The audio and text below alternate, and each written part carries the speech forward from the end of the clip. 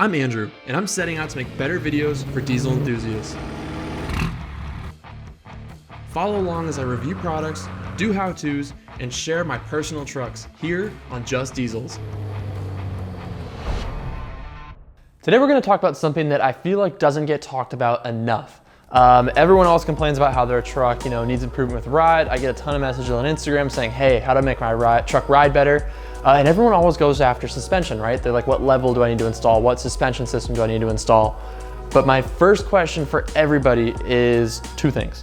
One, what's your wheel and tire setup? And two, what is your tire pressure? So today, we're gonna talk about what role tire pressure and sidewall size plays in ride quality on your truck.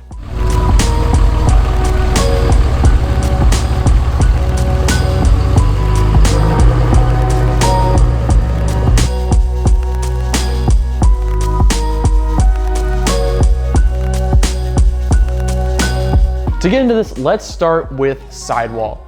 Your tires and wheel setup is actually going to play a huge role in the comfort and feel of your truck going down the road. What's really popular right now is obviously the big wheel, small tire thing, right? Everyone's doing, 24s and 33s, something along, that range.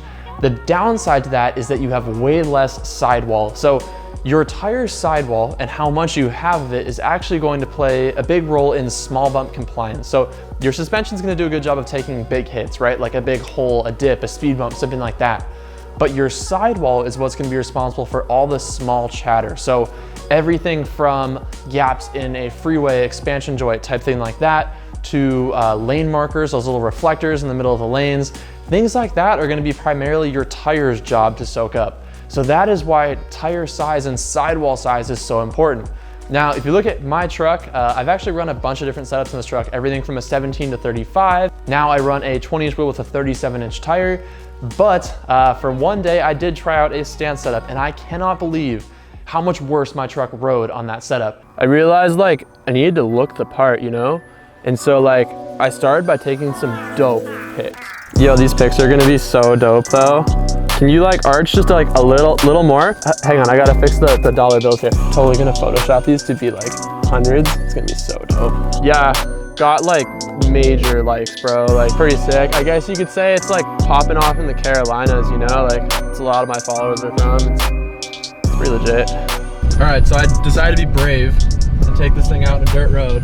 And I literally feel like I'm riding in a covered wagon. So this is a road that normally I have no problem going 40 on, and I'm right now going 12 miles an hour and my teeth are rattling out of my face. Holy crap. This is hilarious. I don't know why you guys do this to your trucks. I really don't. Ready? Here we go.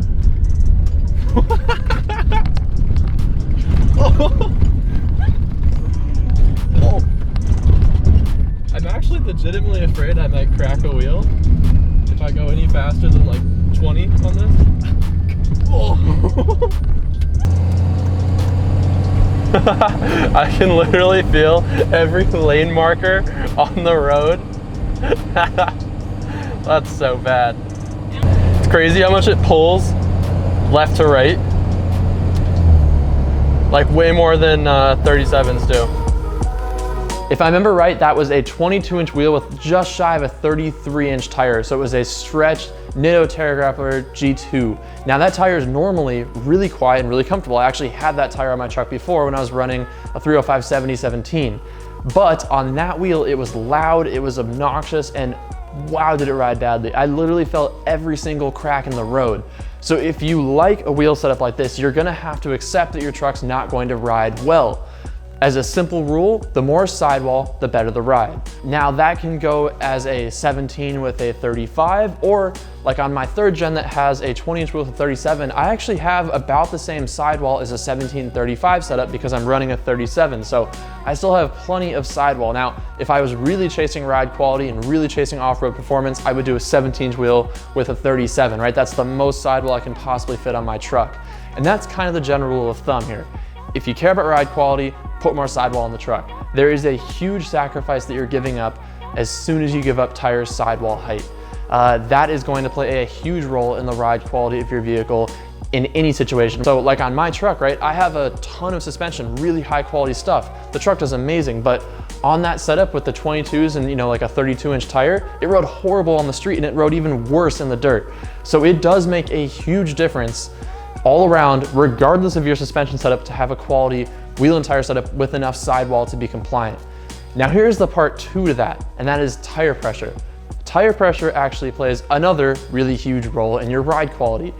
If you're putting aftermarket wheels and tires in your truck, or you're putting aftermarket tires on your truck, the factory sticker that indicates tire pressure goes out the window. The second you go with an aftermarket tire that has a thicker sidewall, right, something like the Nitto Ridge Grappler or the Terra Grappler G2 All-Terrain, something like that, that sticker goes out the window. You're suddenly going to be in a whole different range for tire pressures. So that leads to the next question, which is what tire pressure should I run? Each manufacturer is going to have what's called a load inflation table on their website. That load inflation table gives a really good indicator of what tire pressure you need to run for a given weight on the axle of your truck. So you can either take your truck to get weighed, or you can kind of figure out the general math of it. But basically what you're going to be going for is, what weight is actually on your axle of your truck, and then do the tire pressure accordingly. So typically I find that on like a 37-inch tire, with like a Nitto or a Toyo or something common like that, that usually ends up being about 45 PSI front and 40 rear. On my 3rd gen, I actually have about 44-ish in the front and actually 36 in the rear. That truck is really light in the rear, and so with 36 PSI, I'm actually getting very even wear across the tire. Now, if I tow, obviously I'm going to up the tire pressure to what the max on the sidewall of the tire is, but you're gonna be going off either the load inflation table or the sidewall of the tire and completely ignoring what's on the dashboard of the truck or the indicated tire pressure in your manual. Now, changing that tire pressure is going to also play a really big role in the ride of the truck. Basically, the lower the pressure, the more compliant the sidewall is, and that sidewall can actually do its job and damp impact and smooth out the ride. If you have a very small sidewall, right, you're running a 22 with a 30-inch tire, you're not gonna have a lot of sidewall, so even if you air down, there's really not much you can do to improve ride. If you have a 37 on a 17 and you air down, you have a huge amount of sidewall that can be absorbing impacts, absorbing chatter, and really doing a good job of smoothing out the ride of the truck. Now, if you have a modern truck that has a TPMS light, right, if you drop below the recommended factory pressure and you get a light in the dash, there's plenty of options for Fords. There's 4Scan. For the Ram trucks, you have Alpha OBD, or you have the AV ProCal, things like that. There's a lot of tools that are, let you correct for tire pressure and actually get the proper tire pressure in your truck for aftermarket tires, so you get a good ride and the truck's not dinging away at you every time you get in the truck. So yeah, I just want to make this video to kind of clear up a little bit about what wheels and tires and tire sizes and air pressure actually do for ride quality in your truck. It is a huge difference, and it's something that everyone should really take a look at. You're leaving a lot on the table if you're running 80 PSI in aftermarket all-terrain tire, especially if you're running that on like a 24-inch wheel or something like that. So ideally, what you want to be doing is running as low of a pressure as you can safely run while following that load inflation table on the biggest sidewall possible. That is going to do a ton for your ride and really make a big difference. So aside from spending, crazy money on fancy suspension, all that stuff, the low-hanging, easy fruit is gonna be tire pressure and the size of your sidewall. So hopefully that helps you guys out. Hope that clears some stuff up. And if you have any questions, please leave a comment down below. I will do my best to help out. If you guys have any tips, tricks, anything else, comment it down below. Thank you guys so much. And if you want more videos like this, please subscribe to my channel. I'll see you in the next video. Yo, can you like arch a little more? More? Yeah.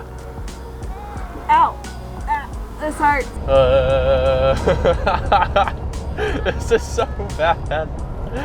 They're so loud too.